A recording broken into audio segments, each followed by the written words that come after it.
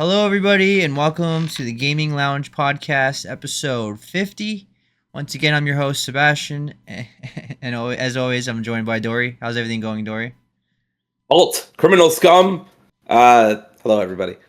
Welcome back to another episode. Yeah, I'm doing great. It's been a wild week. Kim and I are fostering a dog for a couple weeks to see if it'll stick. She's been doing great, but if you see a weird cut in the podcast, it's because Xena decided it was a good idea to start barking at noises. So that'll be that. But other than that, hello airplane. We are right near the airport. Other than that, yeah, it's been a busy week of video game news and video games coming out, bangers left and right, or so I'm hearing. Uh, I have not played before anyone asks Claire Obscure because I am waiting for me to be able to fully delve into it. I want to put a little bit of time into Oblivion just to kind of get a sense of it. So I haven't started Claire yet, but I will be starting it very soon because there's no way I'm finishing Oblivion. I'll probably what I think I'll do is I'll start. I've started Oblivion. I'll get some hours into it. I'll put it down for a bit, and then I'll start Claire, finish it, maybe 100% it by the way it's sounding, and then yeah, go back to Oblivion because we have till May 15th for the next big game release, at least for me. But yeah, it's been nice weather lately. Today it's a little gray and gloomy, but we're going to talk about the Switch 2 pre-orders, Ghost of Yotei. I'm so glad Yotei is less controversial to pronounce than Tsushima.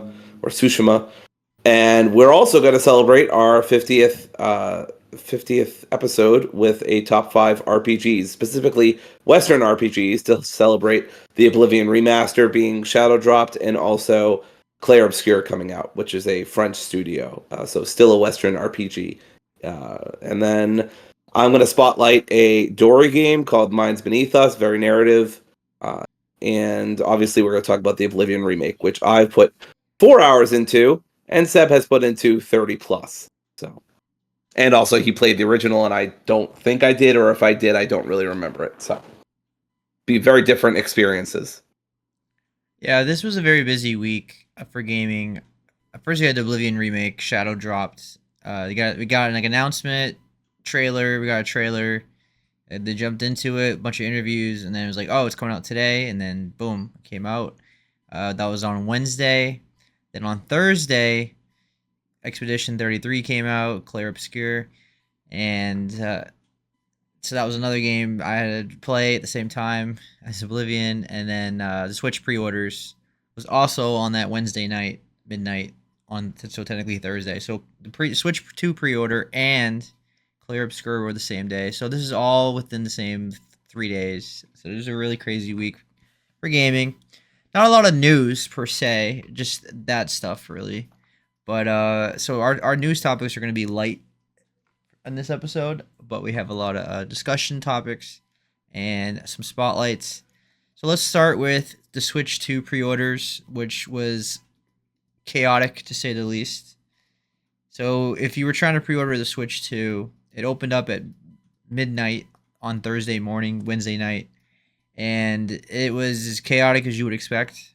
As every console launch at this point is going to be like this, it feels like.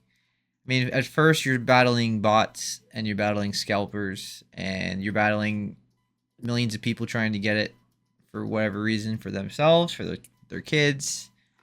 And everybody's on Walmart, Target, and Best Buy's website. And, you know, these certain stores are not meant to handle that much traffic. And then they crash. And it was a nightmare. Fortunately for me, I was able to get my Switch 2 with Target within about 10 minutes. I think I got lucky because Target was having the most issues. People were getting it in their cart, and then it was crashing in the cart and removing it from their cart. And I've been checking my pre-order every day since then, and it's still in my cart, so I think I'm good to go now.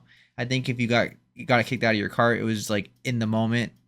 So if you're like a day after, I think you're good. But yeah, it was a nightmare if you wanted to get it. I think a lot of people got it, but a lot of people didn't. So it was like a 50-50 thing. I got a lot of luck with Walmart because I had to get my dad one too. That's where it took me longer. So it took me like 10 minutes, but in order to get my dad one, I had to rely on either Best Buy or Walmart, and Best Buy put me in a queue, and the queue was like an hour long. I let it sit there, and like I just never got in. Some people got lucky with Best Buy. Best Buy is what I wanted to get because I have a credit card with them, and I could get like I could have bought it with no interest, made credit card payments, but I couldn't do that because Best Buy just wouldn't put me in the queue, like past the queue. So ugh, it was pretty easy for me, but it was definitely a nightmare for getting my dad one and everybody else. Basically, it was just random, really. I think I've gotten lucky. I think Target is coming in the clutch for me. Target has helped me get my PS5 when it was chaotic too. It was even more chaotic back then because the chip shortage during COVID. But Target's been clutch for me for the PS5 and now the Switch too. And hopefully I get it on time. It says it's arriving between June 6th and June 11th. I hope it's not June 11th, but I guess it's not a big deal because A, there's not a lot of launch games, and B, uh, like I rather just have it than not have it. So I know it sucks now. I mean, you gotta pay for it, and you gotta pay for the accessories. I bought a case, screen protector, I bought the Pro controller. It sucks to pay all this money up front, but obviously it's gonna last like 7 years. So obviously you just bite the bullet. I bought a micro SD express card, so all those things add up, and yeah. But now it's all out of the way. I'm not gonna be buying anything else. I'm all set, and I'm excited to play the Switch too, which should be this year: Mario Kart, Metroid, and Donkey Kong, and whatever else is coming out. So it was chaotic. It was a nightmare, and I hope people who wanted it got it. And if you didn't get it, keep your eyes out. I know GameStop did their pre-orders like in the morning at like 10 or 11, it was 11 a.m. and you had to wait in line and stuff. But obviously, I couldn't do that because I had to work. And as much as I want the Switch too, I'm not gonna take a day off just to do all that. I'm done. I'm ready to go. And yeah, Dory, what did you hear about the Switch 2 pre-orders? Did you follow it or anything at all? I didn't follow it much, but it does remind me of back when the Wii came out, because yes, I am old.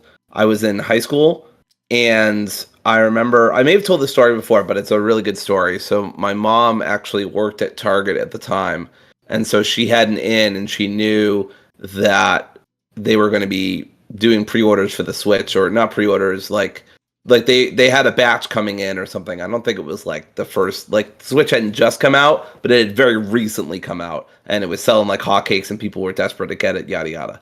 So obviously things were a lot less based on the internet back then. So we got up at like 5 in the morning or something, drove all the way over to Target.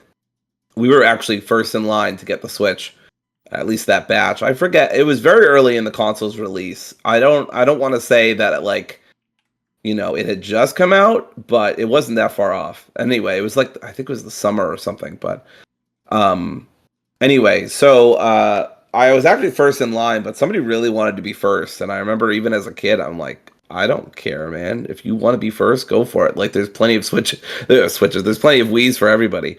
So that was a really cool experience for me as a kid. I got the Switch, and then I think I got it paired with Twilight Princess.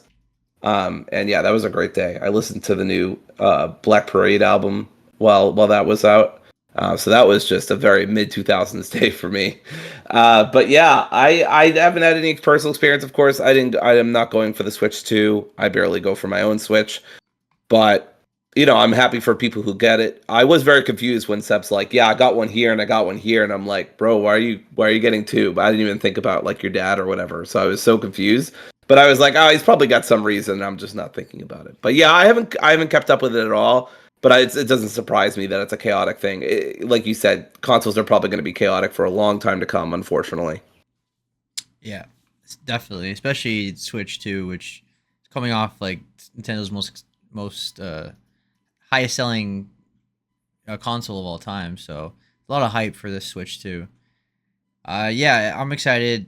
Like I said, I'm just happy, even if I don't get it on the day, launch day, like it comes like a week later. I'm just happy to have it. It's not like there's a lot of launch games anyway.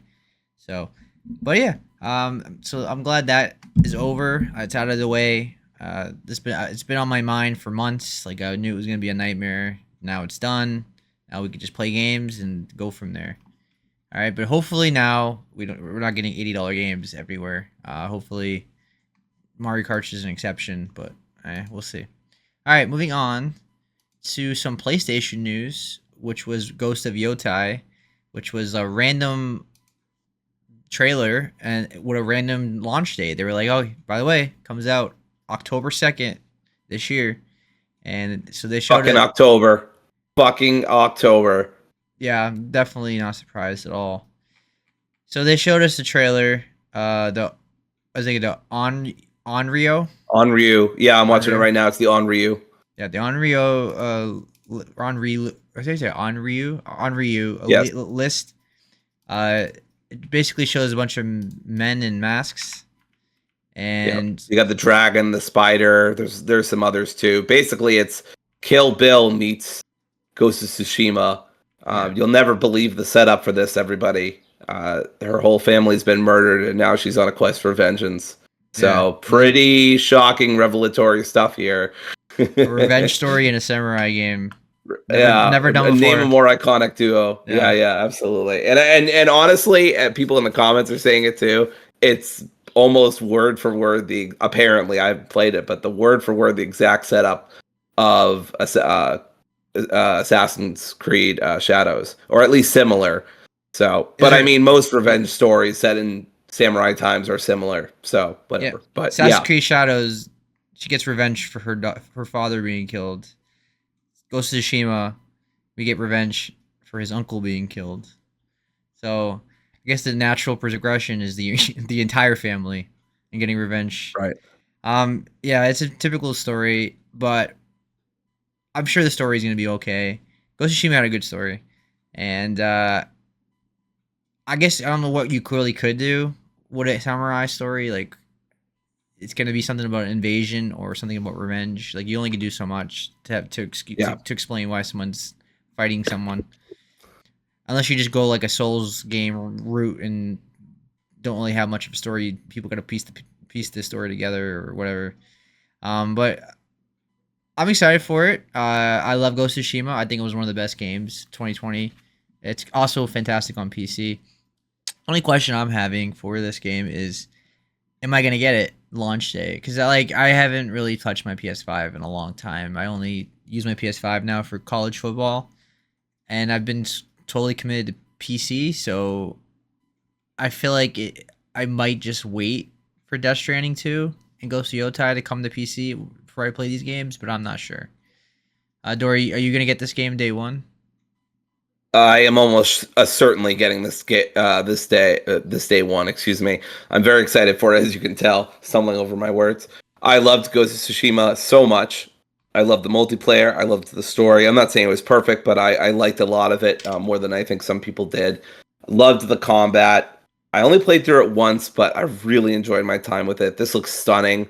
I'm a big sucker for anything Japanese, so got that otaku going on. So I'm really excited for this, and I'm almost certainly day one, even if it's just in the 80s. I think it's going to be 80s, maybe low 90s at best. I don't remember what Ghost of Tsushima was. I think it was in the 80s. It was low That's what I 80s. low 80s. I expect low to mid 80s. Since this is basically a sequel, I expect this to improve on the first one. So I think it'll be mid 80s or higher, but we'll see. I'm very excited. I don't play my PS5 much either unless I'm speedrunning RE4. So I'm kind of with Seb in that, but I can't say no to playing that day one. I don't think, unless of course it's a disaster. But I can't imagine that from Sucker Punch. No way. And they are such a good studio. They really deliver. They've had years to develop this. I feel like Sony isn't rushing them. I feel like they announced this because they're ready. So I feel like we're gonna get a really solid game once again. I thought that the other one was like a 9 out of 10 or something, or maybe like an 8.5 or something like it had its problems, but they were generally pretty minor for me, Yeah. at least at the time. It's been 5 years since. I think that they definitely could have updated and upgraded some things, but generally, yeah, I'm expecting a really good time. And honestly, it's perfect because now I really don't need to buy Shadows, especially if this is good. Shadows was what, low 80s? So Yeah, hopefully, about the same score. yeah, about the same score. So we'll see how this does. But I hope it does great. I hope it sells really well. Sucker Punch really knocked it out of the park Yeah, with Ghost of Tsushima, as far as I'm concerned. So I'm feeling confident this is going to be great, if not excellent. yeah. I mean, Sucker Punch, their games have never been like 90 games, but they're usually in the 80s. So they make good games. My only issue with Ghost of Tsushima really was the Ubisoft like map, and like there was so much to do. I don't think everything Yeah, on the map was that interesting. Like there was some things that felt started to get repetitive, especially when we were going after the platinum. But the missions were fun. The combat was great. I loved the different stances and stuff like that. The combat was always fun. I was always really fun playing as like a lone samurai and walking in like Roni Kenshin and just take on a bunch of enemies, and it was really cool. And I had a blast with it. It was in my top. I want to say it was my top five of 2020. That was a stacked year for PlayStation, if I recall. yeah, that really was. That was like the same. That year had Last of Us Part Two, Ghost of Tsushima. It Yep. had Miles Miles Morales, the Morales. It PS5 had launch. FF7 remake. Uh, Hades came out. yeah, the FS7 remake, and then the PS5 launch, and Demon Souls remake, and Sackboy's Big Adventure. So there was a lot of, and then Astrobot. So there was a lot of big games in 2020. So yeah, I'm excited Yeah. for this. But I don't know if I'll get it day one. I don't know. I have to see how my mindset is gonna be because I'm like because I just haven't really used my PS5 anymore. But I'll probably get it and then double dip on PC. Because Ghost of Tsushima, it runs incredible on the PC. It looks so pretty. If you haven't played it yet and you have PC, yeah, definitely play it. All right, so let's move on to our discussion topic. So, in celebration of our 50th episode, we wanted to talk about our top 5 RPGs of all time with a couple of honorable mentions. This is also in tribute to Oblivion Remake, which Oblivion is one of the most beloved Western RPGs of all time. If people say it's the best Elder Scrolls game. Some people say Morrowind. Some people say Skyrim. Some people say Oblivion. But all three of them are great, so I don't think it really matters. But I wanted to talk about our top five, and I hope to do more discussion topics in the future. It feels like a good week to do it because there was not a lot of news. There was a lot of games and a lot of pre-ordering and all that, and wasting our money in, on things, but not a lot of news. So we wanted to do a discussion topic. So Dory, we're gonna start with our honorable mentions, and then we'll go from 5 to 1. So we'll do one last. And so honorable mentions. Let's start with yours. What are your honorable mentions?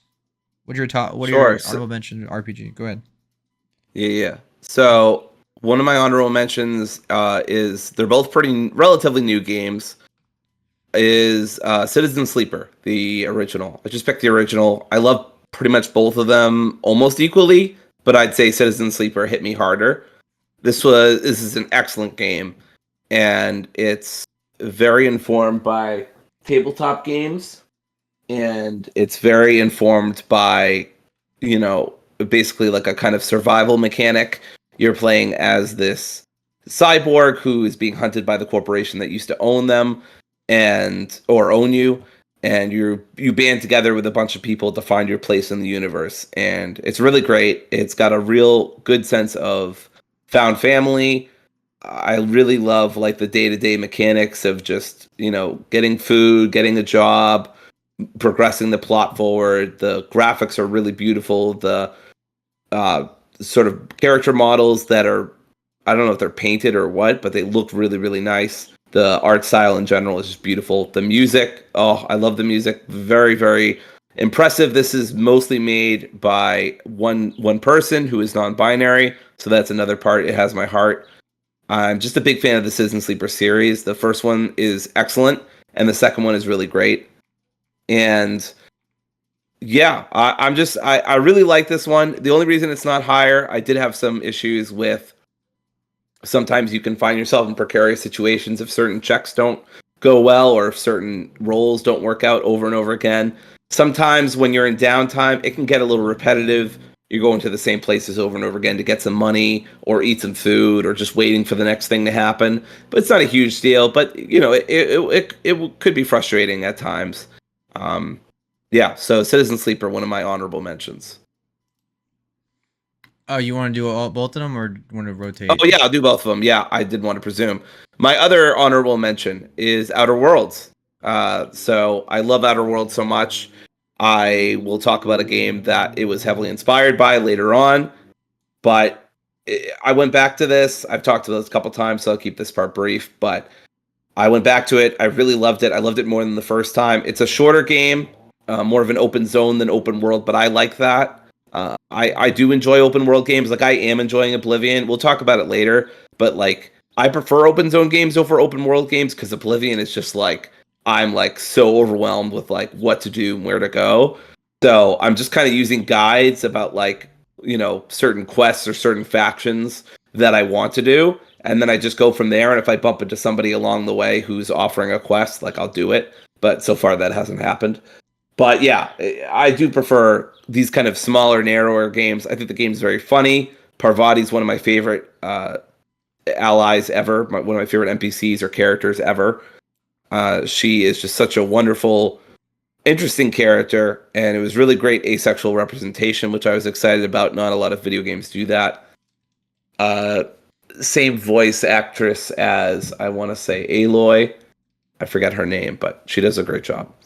Um, yeah, and then I mean the combat's not the strongest part, but I think it's fine enough, or it's good enough. I don't know. I go back and forth on whether it's just fine or it's good, but it's good enough that it never really bothers me. The only thing I really don't like about the game, and again why it's an honorable mention, is the loading screens kill me, especially in certain areas where you're constantly doing loading screens over and over again. It's better now than it used to be. They have, I believe, cut the loading screen time by a little bit, especially if you're running better equipment like I am. When I did go back and play it, I think loading screens were like 30 seconds or maybe less. I don't remember exactly. I did time it at the moment that I started playing it again, and it definitely was less than what it used to be on PS4 or whatever I played it before. Obviously, I have better equipment now. So yeah, I love Outer Worlds. It's a very funny game. I'm very excited for Outer Worlds too. And yeah, Citizen Sleeper and Outer Worlds, both honorable mentions for me from some of my favorite Western RPGs of all time. All right. Well, RPGs are one of my favorite genres. I have a long history with them. I have very experience with them. I played many RPGs, and actually, I'm gonna have to do more than two honorable mentions because there's just too many to leave out. So I have to include a little more just so I can not leave them out. Because yeah, this is gonna be challenging. So let's start with my first honorable mention, which would be Disco Elysium. Disco Elysium is one of the greatest games of all time.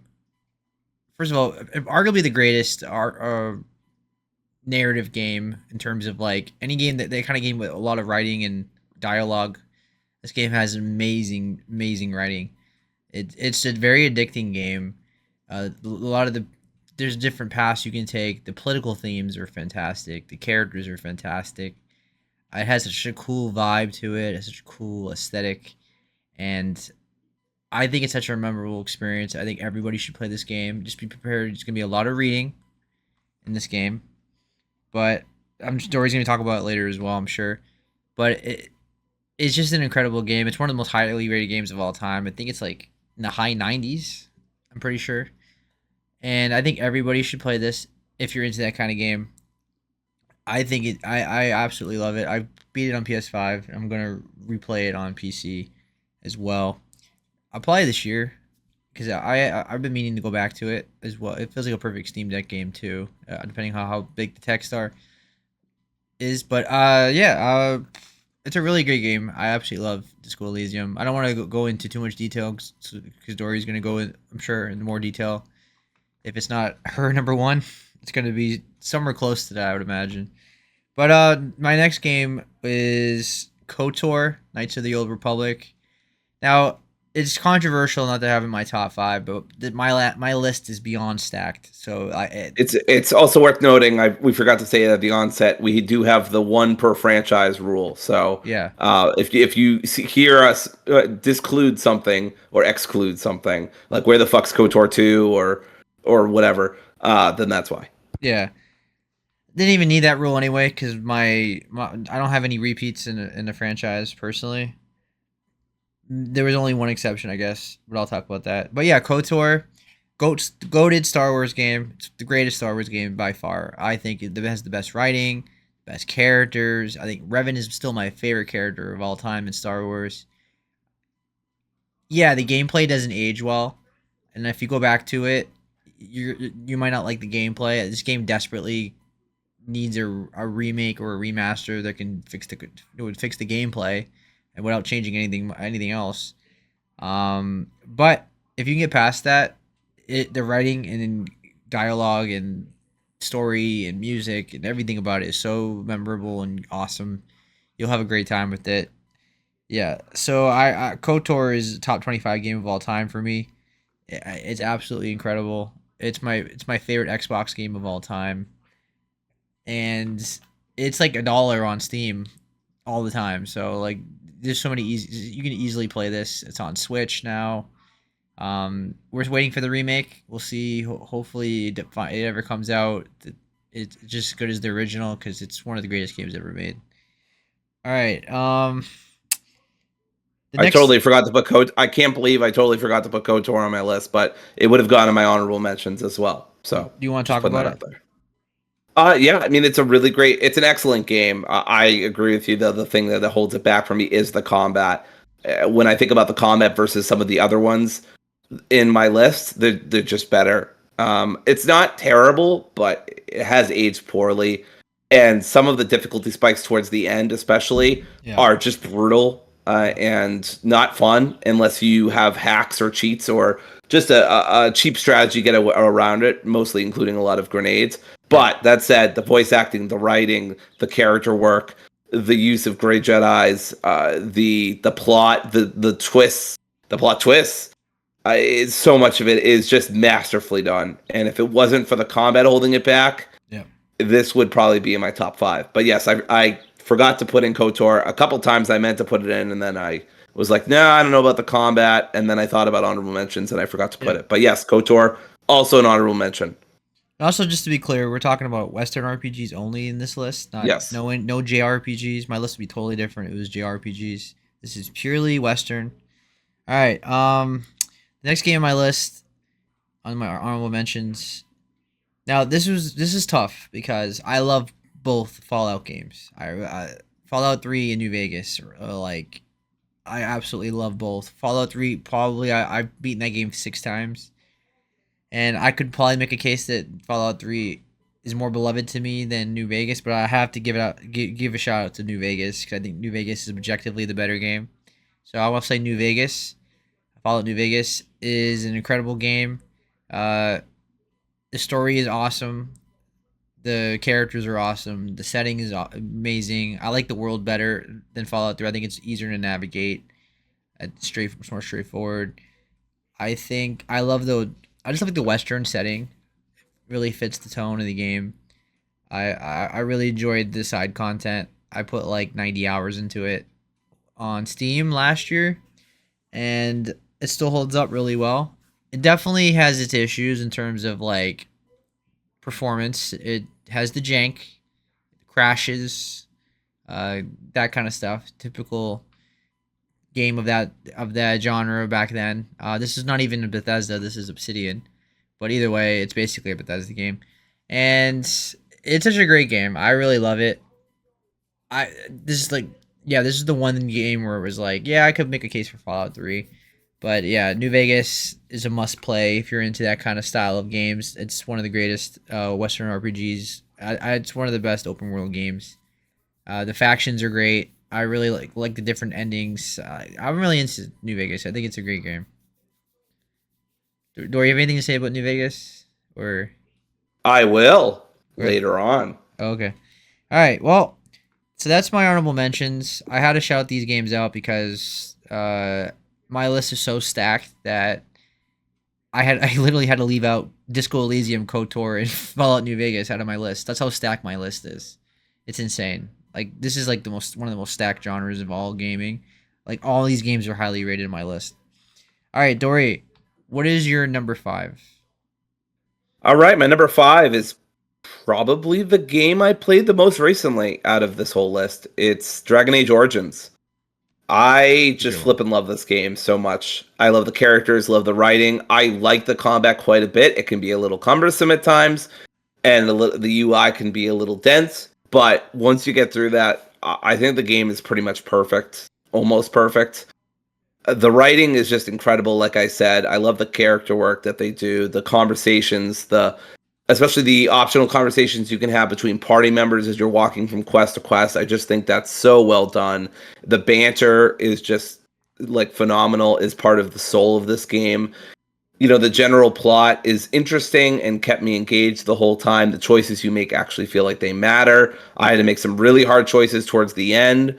There's some really tough fights, even on normal, towards the end of the game that felt really rewarding once I finally beat them. And in general, I just had an absolute blast with this game. The graphics, of course, are one of the other sticking points. Doesn't really hold up at all. Looks pretty garish. I hope there's a day that they come out with Origins Remaster. I think that would really help revitalize the franchise a little bit. Wouldn't even mind a remake, honestly, but I think a remaster would also be fine because I don't think the combat needs a big overhaul or much else needs an overhaul, really. I honestly think this is like one of the perfect candidates for like an Oblivion style remaster, which is almost really a remake, as we'll talk about. But yeah, if it was just the graphics were just better and certain small things were updated, like the inventory management, that would be nice too. So this is why it's like towards the bottom of my top 5, or is at the bottom of my top 5, just because some minor UI issues, minor clunkiness, and obviously the graphics, which normally I wouldn't care about, but they look really bad, especially for a big studio of the time. So it's a fantastic game though, no doubt about it. One of my favorites, and like I said, the most recent of the list. Now keep talking. I'm gonna actually walk away for a minute just to feed Xena, but keep talking. All right, well, the fifth game on my list is The Witcher 3 Wild Hunt, which I think is a masterpiece. I think it's CD Projekt Red's best game of all time. First of all, Geralt and the cast are phenomenal. As one of the best casts in any video game. I think the story is fantastic. I love the music. The only downside to this game is the gameplay isn't the greatest, but I think it's overhated. I think the gameplay is pretty good. I think it's fine. It could be better, but it's fine. But I think everything about this game is so fantastic that you'll get over the gameplay being okay at best. I think the where this game really shines is the side content. I think this game has arguably the greatest side content ever in any game.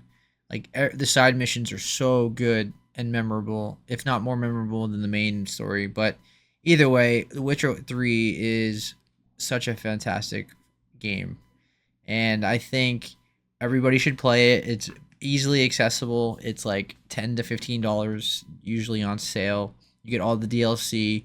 This is a game you can easily put like 300 hours into. It's so fantastic, and I'm really excited for The Witcher 4. Um, if you like the show, you probably like the show, like the game. I think the game does Geralt and The Witcher way better than the show.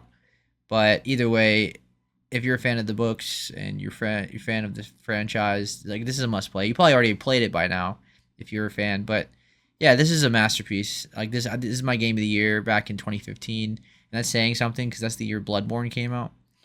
But it's such a good game. I can't praise it enough. If you just get past the gameplay being okay, not the greatest, it is one of the greatest RPGs and if games of all time. So it's game of the year masterpiece. All right, Dory, what's your number 4? Hello. Hopefully, Xena eating, munching isn't coming through. But yeah, New Vegas would be my number four. New Vegas, I also played somewhat recently. One of the best RPGs of all time. Seb just talked about it. I got a really cool ending when I did it. I love the Yes Man, one of my favorite characters in RPG history. The whole mystery about not necessarily a mystery about who killed you, but like tracking them down and then going from place to place, and that like pushing you forward like felt really good for me, and I really enjoyed it. The gameplay itself was good, but obviously not the main attraction. The writing is just so phenomenal, it's just so spot on. Everything's very funny in a very dark way.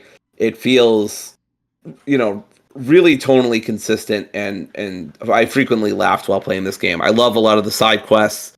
I love how the game wrapped up. I was very satisfied with in general my experience. I would say if I had any very tiny nitpicks, there's no sprint button. There's a lot of mods though, and honestly you can just pretty much at this point calibrate New Vegas to whatever you want it to be, and that's what I did. I added some mods and it made my experience a lot better too. Played the DLC. um, the there's a few different DLC for New Vegas, but the one where you have to infiltrate a casino was probably my favorite, and I think that's the one that uh, most people uh, most people remember. Dead Money, right? Excuse me. But yeah, Dead Money was incredible. Usually I'm pretty critical when games have you start over from square one, but that was such an inventive, interesting system, especially for its time, that I really liked it. It really helped refresh and kind of give me a new perspective on the combat, and I really appreciated it. So yeah, New Vegas. I mean, I don't have to say too much more. It's famously one of the best Western RPGs of all time. I would agree with that assessment. Towards the lower end of my list, but I mean, at this point, we're starting to really nitpick about like why it wouldn't be my number one, and we're only at number four. So All right. Well, the next four games are just you know insane as well as Witcher 3. My number 4 is Mass Effect 2, which is the greatest science fiction game of all time. One of the greatest RPGs of all time, of course. Uh, what is there to say? It has a great cast of characters, great storyline, fun gameplay, just memorable story elements and choices. I love that it connects to the first game where your choices matter. Not so much in the third game, but the second game is the best game in the series in the franchise, and it's the peak. Like it never reached that same peak in the third or in Andromeda, but this game is fantastic. It improved on everything in the first game. The first game gameplay is so, and then this game is just so much better. It is so incredible. I absolutely love it. I played it back when it came out on the 360 and the PS3, and I was blown away by it. I'm a big science fiction fan as well as fantasy, which my whole list is basically fantasy, not fantasy, fantasy and science fiction. And this is the only science fiction on my list, basically, besides Fallout New Vegas. Um, and yeah, it's Mass Effect 2 is one of the greatest RPGs of all time, and it gets so much praise, and it deserves it. I can't praise it enough. The remastered collection was fantastic. If you're gonna play it nowadays, I strongly recommend you play the remastered version. I play it; it runs perfectly on the Steam Deck. I mean, perfectly. Uh, Definitely play it. It's so accessible. So many ways to play it now. Like you can literally get it for like $5 to $8 on sale. The remaster, and or you can get it with EA Play and stuff like that. So I think it was on Game Pass, or it was, or it is still is. Either way, Mass Effect 2 is the greatest science fiction game of all time, in my opinion. All right, Dory, you have anything to say about that, or is that on your list? that is on my list for sure. All right, so what is your number 3? This is where it gets impossible. So I'm gonna say, very three video games, but honestly, I could put them in any order. I I honestly didn't even fully organize these three, but at this point, it just becomes about sentimentality. So number three is Baldur's Gate 3, appropriately enough. I could easily put this at number one and would not blame anybody for putting this at number one. I did not have a big history with CRPGs before I started playing this. I now have over 100 hours put into it easily, maybe a little under 150. I know that's chump change compared to some people who are like super devoted to the game, but I only played it once, so I pretty much like did everything there was, and even then I discovered new things, and of course they released updates and stuff, and I put so much time into it, and not Kim, that she literally got a Kim day out of it where I did whatever she wanted. So that's how invested I was in this game, and my relationship of many years at that point. So thanks, Larian.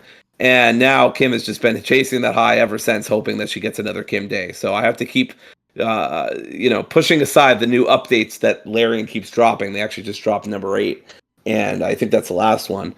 And yeah, I have to keep not going back to it, because if I go back to it, I want to do everything again, and Kim will get another Kim day, and you just can't do that. Yeah. So, I mean, it's kind of similar to what he just said about Mass Effect 2. What do I even say that has not been said?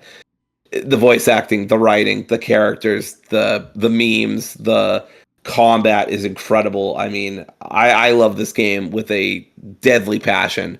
And if I had played it when I was younger, or if it had maybe more political elements, I don't know. I'm like really nitpicking at this point of why it's not any higher on my list, because really it's at this point completely subjective. This easily could be my number one, and it was my game of the year a couple of years ago.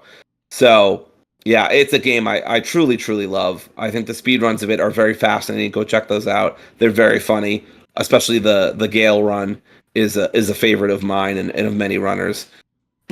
And if you know that game, you can probably guess what they do.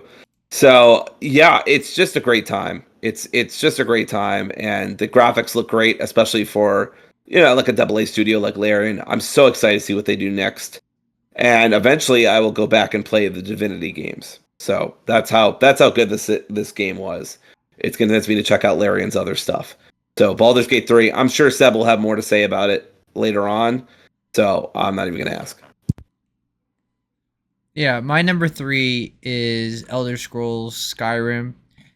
So Skyrim is one of the most impactful games ever on my life. I've played Skyrim on so many platforms, so many platforms. I played it on Xbox and PS3 and Xbox One and PS4 and PS5 and Switch and PC. The only game I played more on different platforms is Resident Evil 4. So this game is right up there with Resident Evil 4, which is, if you will know me, that's saying something. And Skyrim to me is the best Elder Scrolls game. I know people definitely disagree with that, but I can't. I have to put it up high in my list because I've played it so many times and it's so memorable. I'm gonna play it again on my Steam Deck, and I'm looking forward to doing that. Oblivion got me in the mood for more Elder Scrolls, and it's such a great game. I think the story is fantastic. The characters are fantastic. It's a running theme with all these games. Fantastic story, fantastic characters. I really like the different play styles. It's fun playing, mixing and matching what class you want to play as. You're not.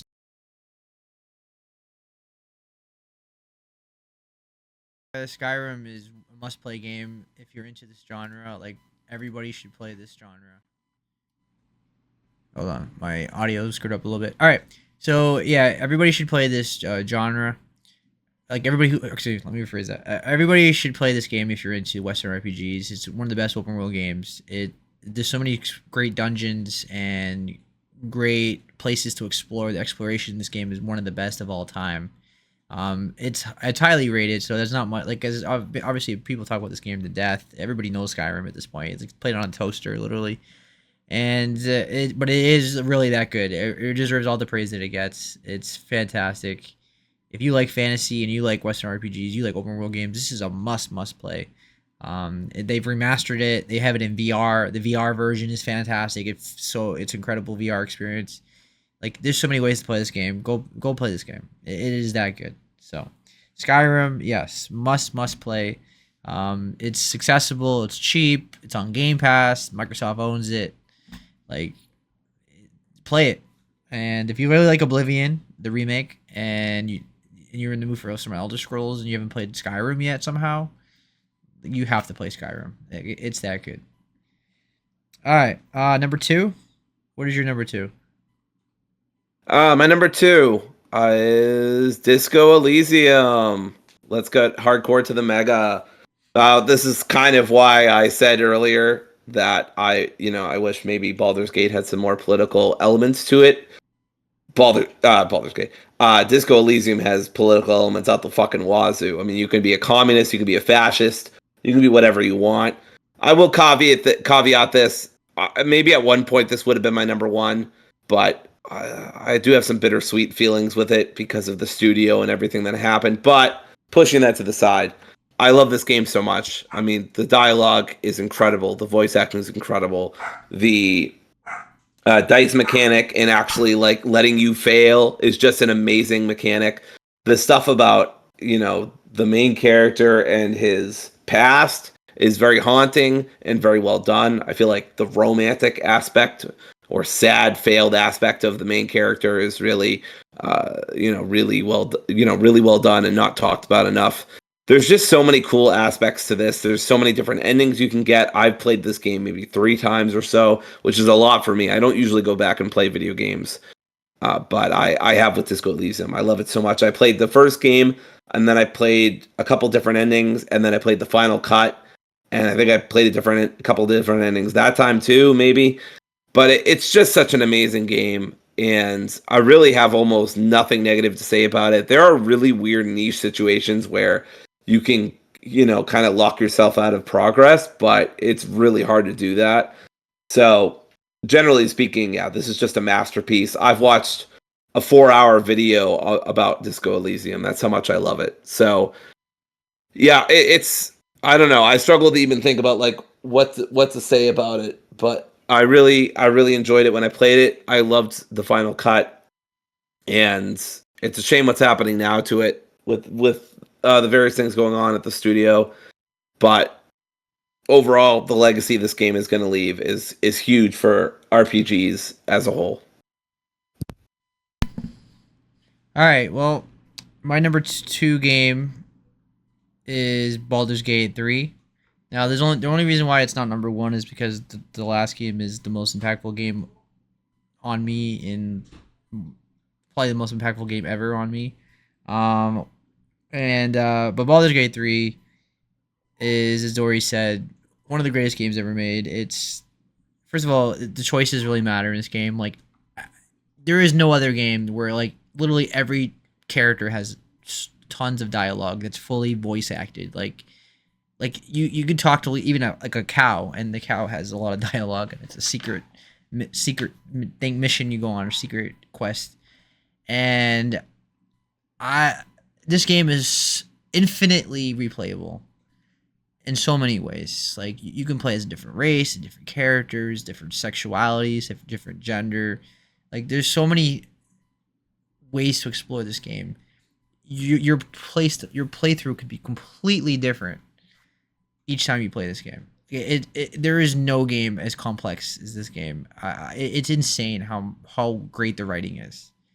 Like there's just something about this game that's so addicting, and I was blown away by this game. It was my game of the year, of course. Most of these games are, but it was my game of the year 2 years ago, and I was just totally blown away. Like it was easily my game of the year that year. Like it was even better than Tears of the Kingdom. I thought it was by far the greatest game of that year, and I had a good feeling about it. Even like they gave us like a 30-hour early access. You could just tell this game was gonna be fantastic. Even the combat is really great for top down CRPG. Like obviously you have to like that kind of gameplay, and that's not for everybody, but I like it. I love it as Dungeons and Dragons. I love that. I love everything's based on like rolling dice, and like it can really change the. You're like I said, it can change like how what happens, right? Like you roll the dice and you get like a really bad score and screws up the whole thing. And this it's the adventure of this game is so incredible. Like the exploration of this game is so incredible. I don't even know what to say. It's like there is no other game like this game. I think I've never played a game that had this much quality writing where everything mattered. Like literally everything mattered. And there might never be a game like this again for a very long time. I mean, this is like as peak as you can get. Like this is not just like, oh, it's a great game of the year, great game. No, this is like iconic. Like this is like marquee, one of the greatest, most impactful games ever made. I strongly believe like it's like a 97 on Metacritic. Like it's that.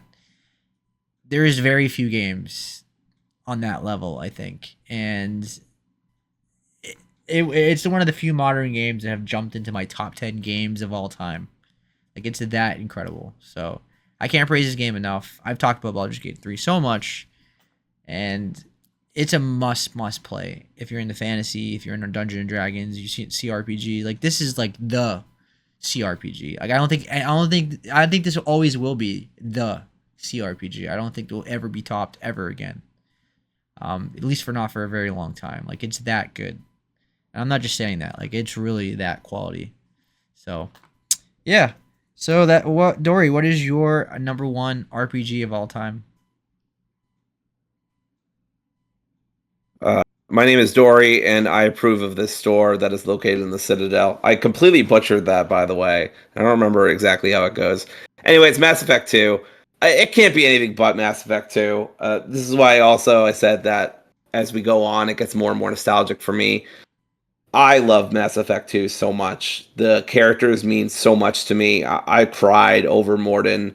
I have just I've just fell in love completely. This game is the one that really convinced me Mass Effect was it. They improved pretty much everything, like the Mako or Mako or whatever, and they made, you know, so many things about this game better. The gameplay is much improved. The graphics are better. Obviously, I played the remastered version, which was incredible. The plot is great. I really can only think of itty bitty tiny little things that haven't aged well, like certain bosses or something. But in general, the choices matter. The dialogue that was written for this game is just insane.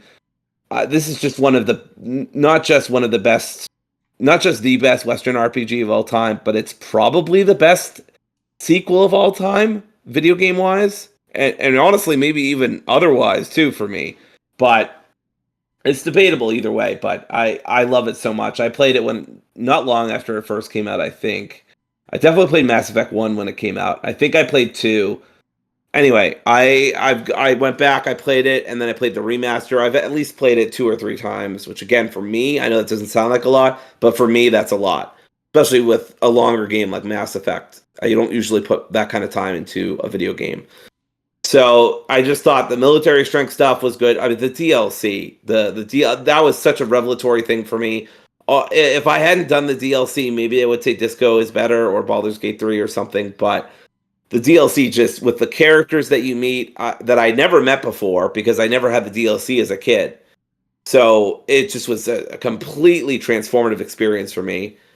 Yeah, there's not much else to say. Mass Effect 2 is my favorite Western RPG of all time. A beautiful masterpiece. Thank goodness they never made a sequel to that game because there's really nothing you could do out anyway. All right, well, my number one RPG, Western RPG of all time, is World of Warcraft. Now, World of Warcraft is the most impactful game ever on my life. I put more hours into that game than any other game. It's not even close. I probably put 40,000 hours in that game since 2004. I played it since I was 11 years old, and now I'm 31. It's the 20th anniversary. Well, it's 21st. No, it's 21 years now. So, 2004. So, yeah, World of Warcraft is. Well, I mean, it's a huge monumental game, right? I mean, when I was a kid, it was the most popular game there is. It was like Minecraft and Fortnite today. It was like everybody played it. if you had a PC, you were playing World of Warcraft. It didn't require a lot. That's one of the great things about WoW was you didn't need like the greatest PC to run it. Everybody who played it, we were playing it on LAN, like LAN. Like it was like people had crappy internet and still played it. We were playing on Ventrilo. We were like there was no Discord yet, and what's to love about it? I mean, it's a giant open world, like it's an MMO, so it's like literally you just run into the world of Azeroth and you explore it, and you can go anywhere you want and run into any creature. And the raids were so fun, and being in a guild, it was so memorable, and you meet lifelong friends, and people formed relationships and gotten married and things like that over WoW. WoW is such an impactful game in our pop culture. I mean, South Park did a great episode over it. It's it's one of the greatest games of all time. Obviously, it's the most impactful. It's my third favorite game of all time, or at least or second, probably second. It is the reason I have it over Baldur's Gate 3 is just because it's the impact of it. It's monumental. I've played MMOs before. I played EverQuest and Star Wars Galaxies and City Heroes, but WoW is always the one I come back to because WoW just has like this addiction, this like I don't know. There's something to it that just keeps you coming back, even when you don't play for like 5 years. You just like you feel like you have to come back at least one time. Um, it's still going pretty strong. It has its down moments where people leave and stuff, but Blizzard is doing a pretty good job again. And they have a whole game plan for another 10 years. So this game ain't going anywhere. It's going to be around for a very very long time. And now they have Microsoft money, and as well backing them up. Blizzard is such a monumental impact on my life. It's World of Warcraft is just you know it's just I don't know how to explain. It's just it's iconic. It's memorable. It's impactful. It pop culture. It's one of those marquee games everybody knows. Even if you didn't play it, you just know what World of Warcraft is. And yeah, it's the greatest RPG, Western RPG of all time for me, and mainly because impact. I can make a case that Baldur's Gate 3 is better objectively, but I think WoW in just terms of its impact on me, and also because I played like 40,000 hours of this game. Like it's a game I still play here and there. Like I not as much as I used to. Like nothing will ever top 2008 or 2007. Like that late 2000s era where the Wrath of the Lich King came out. That was the peak of WoW. Like that was when everybody was playing it. We're talking like 20 plus million people. It was insane. It was like Fortnite. Like, it was like everybody played it. I didn't know a single kid in middle school and high school who didn't play it at least once. Like especially middle school, everybody was playing it. That and Halo 3. It was just like everybody I knew was playing those two games at the time. And I'll never forget that. I strongly miss having LAN parties and going to people's houses and playing games together. We'd bring our whole ass PC to someone's house, and you would have like a whole LAN party. We don't do that anymore because everybody just plays online together on Discord and stuff. But I do miss that era, so that's why I picked World of Warcraft. All right, so that is our top 5 RPGs, Western RPGs of all time, including honorable mentions. I think we mentioned like not just a lot of great games, but like a lot of masterpieces, like the games. Like almost all of these games were highly rated, and many of them were Game of the Year winners or nominees. Like this genre is totally stacked. This is probably my second favorite genre of all time, after third-person action adventure games. Um, I I will always play this genre, and we'll talk about another one in the following topic after Dory's game, which was transitioned to our spotlighting. So Dory, you played Beneath Us. Can you tell us about that game, please? Sure. So I was gonna ramble on about. Oh, sure. Oh no, that's fine. I was just preambling. I was gonna ramble on about some other games, but yeah, we're gonna talk about Minds Beneath Us. Yeah. So Minds Beneath Us, indie game. Very, very indie game. I don't even know really much about the publisher. I had just heard that it was a very good narrative focused game with a lot of political elements and a lot of philosophical elements. And boy, does it ever. So it's going to be tough to explain the premise of this game. But basically, you are playing a character who is controlled by this AI, I guess, possessing him, and you enter into this kind of corporate espionage conspiracy of this thing that's called flop farming. And basically what flop farming is it's harnessing people's brains and converting their brain waves into energy for society uh, to sustain itself. It's in the future where global warming has already started affecting many of the major cities. A lot of the unemployed and lower tier citizens have been kind of left behind. So, and a lot of unemployment has resulted because a lot of businesses shut down and yada yada. So that has led to flop farming becoming huge. So you end up trying to get hired at a flop farm where your partner works, and then from there, just so much shit happens. It's kind of hard to even explain how much, but this is a really great game. It's a mainly reading focused game. There's a little bit of gameplay every now and then, but you'll find out pretty quickly that the little bit of gameplay there is kind of repetitive. It's just QTs. I believe this is made by a Chinese developer, and I say that because the game is set in China, and there is a lot of Chinese in the game. It's developed by Bare Bones Studios, or Bare Bones Studio, and I've never really heard of them before. So I'm pretty sure this is one of their first games, if not their first game. They had a post on Reddit kind of advertising it.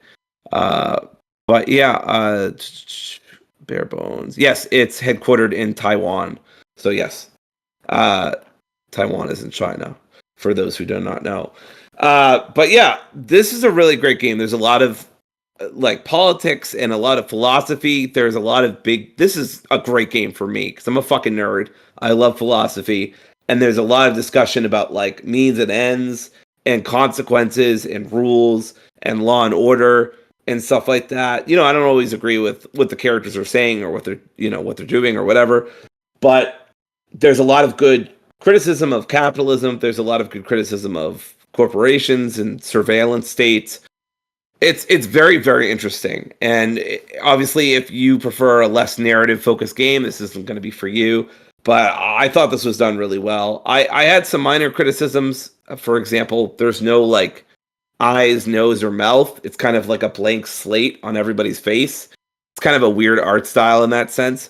But the aesthetic, the art direction is generally really good. The backgrounds look really pretty, especially the city in the distance and all of that.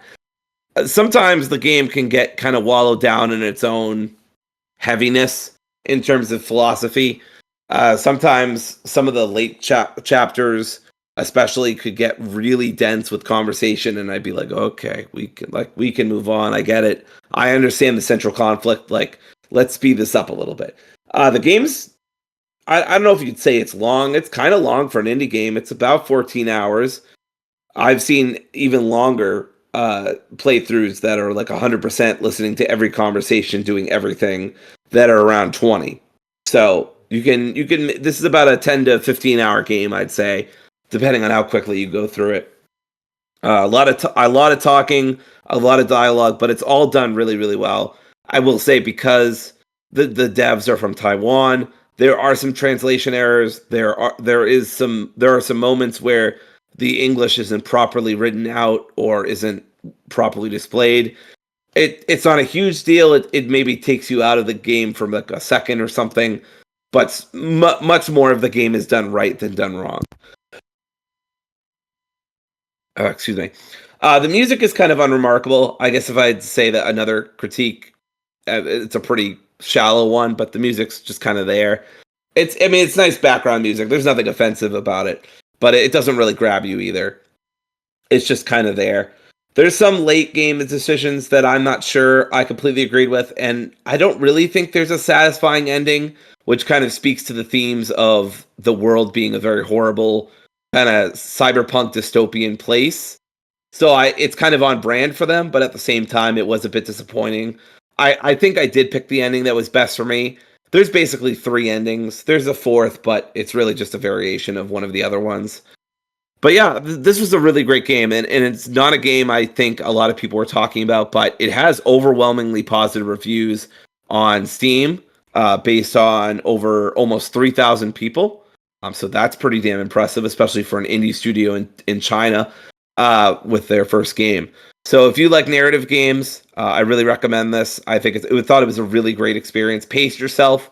I'd say do maybe a chapter a day or an act or whatever. There's basically like 5 acts, and the first and the 5th are a bit shorter. So pretty classic kind of setup here. And yeah, I really hope they make a sequel. Some of the endings kind of tease the sequel, but then one of them is pretty final, and like I said, one of them is just a variation on the other. So really, there's only 2 endings they could go from. So we'll see. And generally, I really enjoyed it. I thought it was really well done. Like I said, especially for a first time. Story-rich science fiction thriller adventure game is what they called it, and it came out last year. I actually meant to play it last year. It came out in 2025, so it's a relatively new game. Originally, I was going to talk about South of Midnight, but I feel like we've moved on past that. I wanted to highlight a game that hasn't really been talked about. So yeah, it's Minds Beneath Us. I keep saying sometimes when I was talking about this game, I would say Minds Below Us or something like that, but it's Minds Beneath Us. You can get it on Steam. It's not too much. It's like $20. I would get it on sale, but I think $20 is great. So yeah, Minds Beneath Us, really great game. A lot of texting, no voice. I guess that might be a downer for some people. This is the last thing I'll say. There's no audio, there's no voiceover or anything. It's just text. But everybody gets kind of a different audio for their text, so you can kind of tell people apart that way. But also like where the speech bubble is coming from. There's a lot of cool characters. There's a lot of cool twists. I thought the ending was pretty shocking, or some of the late game stuff was pretty shocking, and just done really well. So yeah, this is an indie game I really want to highlight. Minds Beneath Us. Go check it out. All right, so time for the final topic of the night, which is Elder Scrolls Oblivion Remake, which came out on Wednesday. It was shadow dropped. They gave us a trailer, a bunch of the devs talking, and they're talking about how great making the game was and how awesome Oblivion is, and it was actually really interesting. I'm usually not a big fan of Dev Diaries, but I was actually really into that trailer, and it was released that same day, and it is really good. It has problems, which we'll talk about, but it is overall a really good remake slash remaster. Like, first of all, it blurs the line between remake and remaster, because it's like it looks like a remake. Like, it is substantially better than the original. If you compare it, the original in 2006 to this one, it's like this game was like a modern game. Like, graphically, at the very least, graphically, this game is modern. Like, it looks just like a game that would come out this year. So, in terms of graphics, they absolutely nailed it. They also made a lot of gameplay improvements. Not perfect, but they definitely made a lot of improvements. Starting with the sprinting. What a monumental difference that you can sprint in this game. Like, oh my god. That is so much better. Makes it feel way more modern. But and I want to say the cover and the wallpaper of this game is fantastic. What a great shot, great like picture of the guy standing in front of fire. Like, it's really cool. All right, so where do we start? Well, gameplay. Well, graphically it's really good, this game, but this game does still show its oldness within the gameplay. It does feel like an old game with a fresh coat of paint is the best way I could describe this game. It definitely feels like a game from 2006, but with 2025 graphics. But they did make improvements. Like I said, the sprinting button makes a monumental difference. Some of the combat is not the greatest combat ever, but it's totally fine. It's definitely an improvement. I've been playing this game mostly in third person. I like playing these kind of games in third person. I don't like the first person view generally, if I can help it. And some games do better with the first person, like Avowed, but in this case, I like the third person. I think it plays well. Because I think Avowed's third person was very crappy, honestly, and this one not so much. I think it plays really well in third person, and it's really fun to play. Of course, the exploration. This game is fantastic for exploration. There's a giant map. I like the fast travel is very accessible. Everywhere you can go, there's icons you can click on to fast travel. Um, Now you gotta be mindful. This game doesn't hold your hand in terms of where to go. Like you do have a waypoint on the map, but it's not as modern as other games where like there's a little mini map on the top where it has like a waypoint where you can just follow the compass. This game kind of has that, but when you're like following a main mission, but like going from point A to point B in terms of like where to go can be confusing at times. This game definitely is more old school, where it was like you have to figure it out. You might have to follow a guide to get it somewhere. But it's not like completely confusing. It's not like Breath of the Wild or something. It was like okay, figure it out. It's definitely waypoints and things you can follow, and I think the missions are mostly easy to follow where to go, but it's definitely not as modern as other games. If you play this compared to Skyrim, for example, Skyrim is very easy to follow. Like the little arrow floats in the middle of the screen of what door to go through. Not this game. It's definitely like a 2006 game. What else? So we talked. Okay, let's actually let me slow down and I'll ask Dory. How do you feel about the graphics and how do you feel about the gameplay? So Sorry. I've said this before, but I just want to set this up. I never played Oblivion or I played it very briefly and I have very little knowledge of it. I obviously through osmosis I have learned about the memes and stuff. Actually, I was friends with this guy, Max Lefebvre, I think his name was, but him and his brother did really good like impressions of Elder Scrolls, and they like kind of went viral for it. But anyway, so I kind of through him like found out about Elder Scrolls. I never, went followed up on it or anything like that. Besides maybe a little bit at a friend's house. I would say the graphics are really impressive. I do, like I'm able to get about I put the frames per second on my top right because I find it helpful, but I'm about able to get pretty stably like 40 to 50 frames per second on medium settings. It's not great. I mean it's good, but it's not great. Every time I boot it up, it says that my PC doesn't have the right memory for it. It says I'm supposed to have 16, but I only have 14. I don't know, but that could be part of the issue. But for me, I mean, it mostly hasn't had performance issues. I would say generally the game looks very nice. Facial animations and faces in general still kind of look weird, but I would say that's just the Obsidian charm. And it doesn't bother me a whole bunch. I like that they kept some things. Bethesda. Bethesda, particularly, yeah. Although I'd say even, yeah, Bethesda charm. But yes, Obsidian does it as well, is why I was thinking about them. But yeah, in terms of the combat, it's good. It's there. I don't know. I don't I'm not in love with it, but I don't hate it. It's just kind of there. It's just a means to an end to like continue a quest or keep the story going or something like that. I don't dislike it, but I don't really like I'm not gonna say I love it either. When I did the tutorial section and I've done some of the Thieves Guild quests, I just started the first one actually. I just got into the Thieves Guild and started the first quest. So yeah, I mean I've been enjoying my time with it. The lock picking stuff is frustrating because if you fail one thing, then the lockpick breaks and you have to start the whole thing over again. So I inherently find that frustrating and kind of outdated. I feel like it should be like, you know, I don't know, like you get a certain amount of tries or something and then it breaks. But anyway, I did get the hang of it and I robbed a jewelry store and now I have like 500 gold. So that's pretty sweet. I was able to fence it through the Thieves Guild. But yeah, I mean the game looks beautiful, generally speaking. The graphics look good. It like you said, it looks like a 2025 game. The lighting looks beautiful. The in general, just like how it appears to the player is very enticing. And I'm always like, oh, what's over there? What's over there? What's over there? But I try to stay on track. Like I said, gameplay is just fine. It's good for what it is, but it's not like why I'm playing the game. And I'll probably move on to Clair Obscure Expedition 33 sooner than later. But I will come back eventually to finish Oblivion. I'll probably start it in May and finish it before Doom comes out, and that'll be my goal.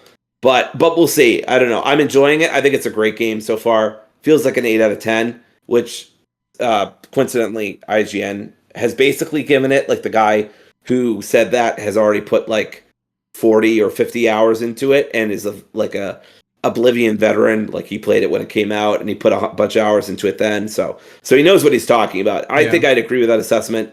It's a great game. There's so much to get into in the world. There's so many interesting NPCs.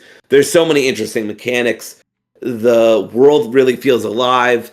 Tamriel just feels like a really cool place to explore. I do find it overwhelming, but that's what guides are for me. I know some people are like, oh, you should just be organic and just go wherever the fuck you want. And I'm like, that's too much pressure, man. Like I just would rather have like a kind of like a map in front of me in terms of where you go. Speaking of maps, I do think it's really cool. I don't know if this was in the original, but you can just go wherever the fuck you want. You can just fast travel to wherever you want right from the beginning of the game.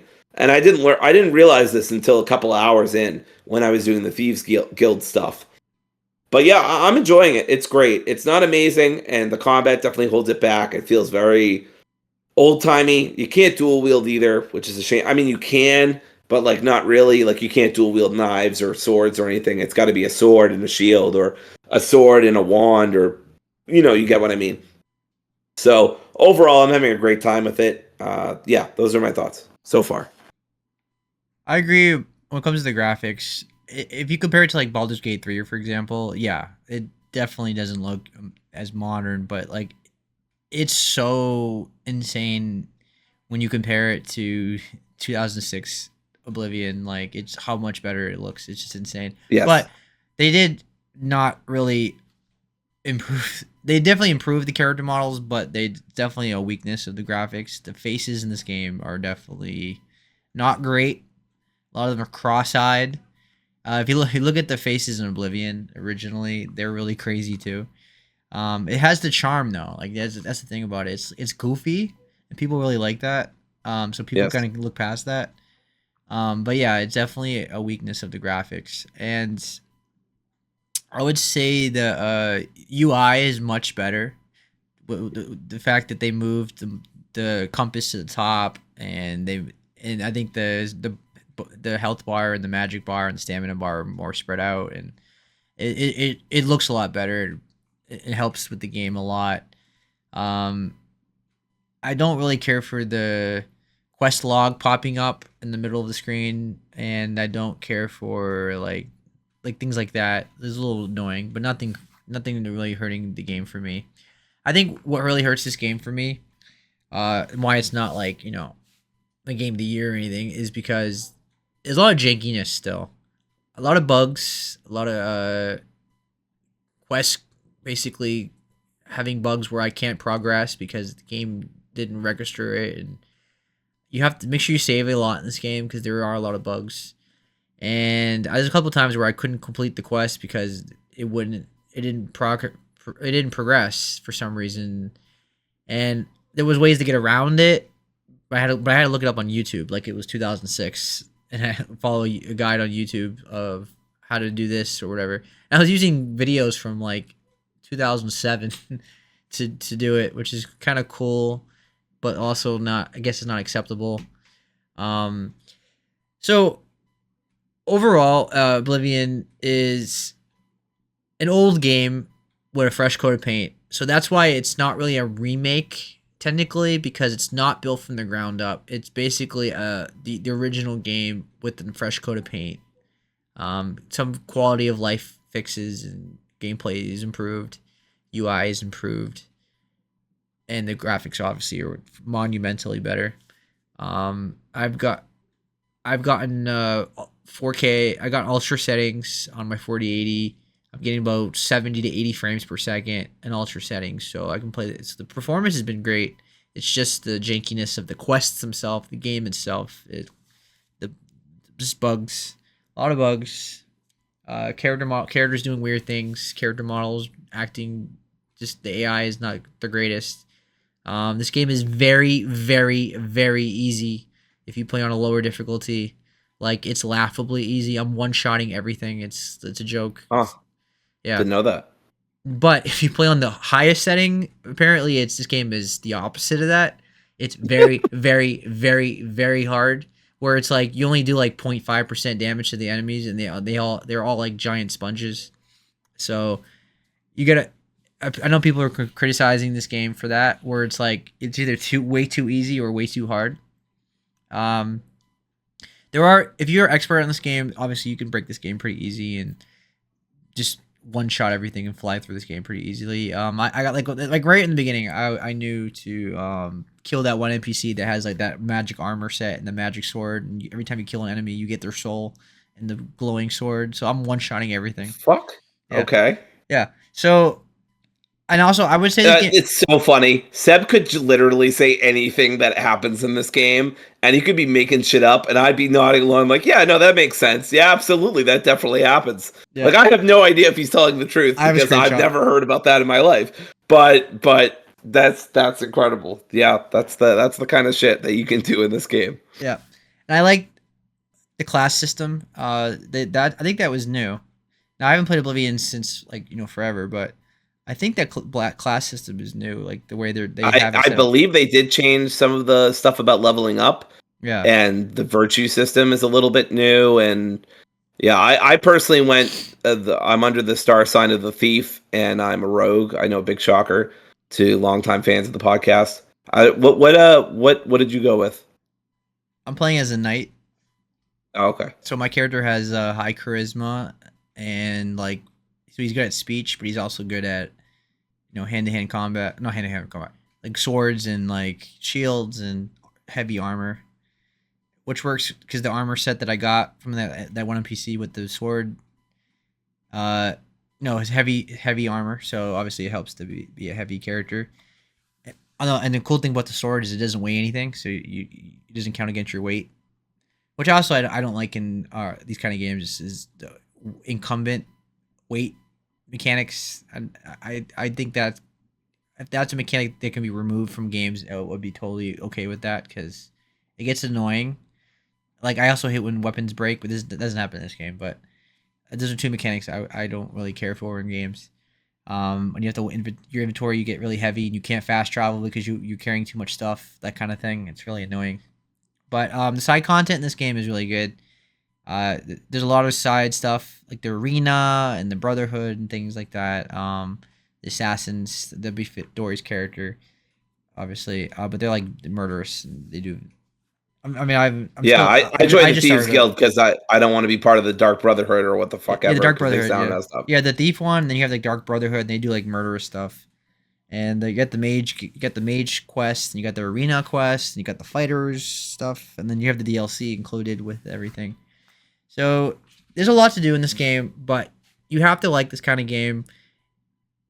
If you don't like these kind of games, because it's been done so many times since 2006, right? We've gotten Skyrim and Fallout and New Vegas and Outer Worlds and a lot of other games have copied the same formula. This game does nothing new, but if you really like this kind of game, you'll really like this game. I think a lot of people are gonna dig this game. I think I already sold like 5 million copies or whatever. It's one of the most played games on Steam. It's on Game Pass as well, and Microsoft owns it after all. Um, I agree with Dory. I might be a little higher. I think it's like a 8.5. I want to say. Uh, it's in my maybe top 5 games of the year so far, if we're including remasters. I don't know if this counts as a new game in a list, but either way, I really like it. I mean, obviously, I grew up with Oblivion. I played it a lot. I played it like when I was in middle school, so it's so long ago. That was 2006. So next year is the 20th anniversary, and and I'm really having a good time with it. I'll probably put like 50 hours into it, and maybe more. I don't know. But I've been really into Clear Obscure as well, so it's kind of hard to balance the two. I kind of wish they didn't release Oblivion in the same week because I wanted to focus on Clear Obscure, and Clear Obscure is starting to take over my time, which is also a great game. We'll talk about that. Um, yeah. So, is there anything else you want to talk about, or is that pretty much it? I think that's all I have really to say. It's Yeah, I don't have a ton to say about this game. I am enjoying it and I see the appeal for it. I've always been very, mixed about open world games. I find them overwhelming and I prefer my games a little more narrow and narrative focused, but mm, there's so much good stuff here, and especially if you're using a guide, like I said, which I am. I'm not using a guide for everything. I yeah, did kind of just like walk into some stuff by accident here and there, but like generally, like I'll hear people say, "Oh, this is happening and that is happening," but it doesn't like put anything on your quest marker. Like they'll say, "Oh, like I think I've heard like 3 times like a bunch of people in a church were killed," but I'm like, I have no idea where the fuck that is or like how to get there, and nothing is showing up on my compass. So I'm like, shrug emoji. Like I guess that sucks. So maybe I'll go check that out eventually, but I don't know. I'm honestly like super tempted to just look up best Oblivion quests to do, and then I will do them, and then I will beat the game. And I know like to some people that's a waste of playing it, but like I honestly think I'd have more fun playing the game like that than just running around the world hoping I run into something cool, which I'm sure I would, but I don't know. I don't really play my games like that, and I find that kind of like just kind of oppressive, like just all that pressure of like to find something or hope I run into something. So we'll see. I've already watched some videos about tips for beginners. That's how I knew about the jewelry store and fencing goods and the Thieves Guild and stuff like that. IGN put out some videos. So I'm excited to play more. I'll play more tonight. I just got the first Thieves Guild real special quest. So I'll be checking that out. I am enjoying my time with it, but Clair Obscura is near, and I'm going to be playing that with a lot more excitement and attention than this one. But I will be coming back, and I'll probably be talking about Oblivion in May before Doom if I manage to finish it. all right. So that concludes our episode. Next week we will talk about Clear Obscure Expedition 33, which I've put in 16 hours into now, and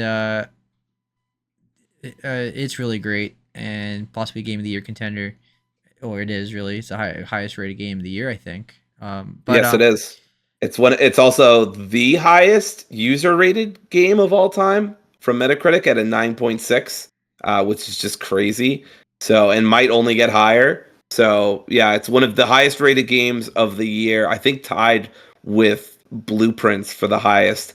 And then it's got the highest user score of all time on the site at 9.6. and it is really that good. But I don't want to talk. I won't go into detail Yeah. today. But it is really that good. And yeah, very busy week. Oblivion, good game, and Clair Obscur, a great game, and just in the Switch 2 pre-order, just very insane week. I will have both games beat by next Saturday, and then I give a full review of Clair Obscur, and we'll also talk about our May game, the May games coming out because it'll be May, and we can go full detail with that. Although the big thing with May is Doom. Doom. I looked at the game list, and I'm like, I only thing I see really is Doom and Lost Soul aside. 'Cause I'm not. Yes, I was about to say that those are the only two that really stand out to me are Yeah, those two. I'm really excited for Lost Soul side. I think that's only coming to PlayStation, or maybe it's coming to PC as well, but it's not going to be it on Game is. Pass at any It's rate. coming to PC the same day, but it's Right. coming like late, like I think near the end of the month. Yeah, pretty much at the end. There's Doom in the middle of the month. Wow, this sounds like life. There's Doom in the middle of the month, Yeah. and then there's like for me personally, and it sounds like for Seb, there's just nothing until end of May, Yeah. which actually has Elden Ring Night Rain as well. It doesn't. I'm not, Yeah. but yeah, That doesn't really personally interest me. Because it's a multiplayer game. That would interest me generally, but yeah, yeah, I'm still trying to finish up First Berserker Kazan, which I'm near the end, which is also a great game. But I'm burned out. The Souls game. I'm actually looking forward to May being a backlog year, a month. I mean, like I need a backlog month just to catch up on some things and play whatever I Yeah. want instead of trying to keep up. June is kind of similar as well for me. Outside the Switch 2, is only Mario Kart and Death Stranding, which I think I'm gonna wait for. So it's shaping up to be a kind of starting to slow down a bit. I would think, right? And but I Yeah. ain't complaining. Summer's usually not super busy. Yeah, I ain't complaining though. I need that time to play some games. They're not just like brand new games and spending $60-$70. All right. Anyway, thanks for joining me, Dory. You have a good night. Yep. And peace. Take care, everybody. Bye, everybody.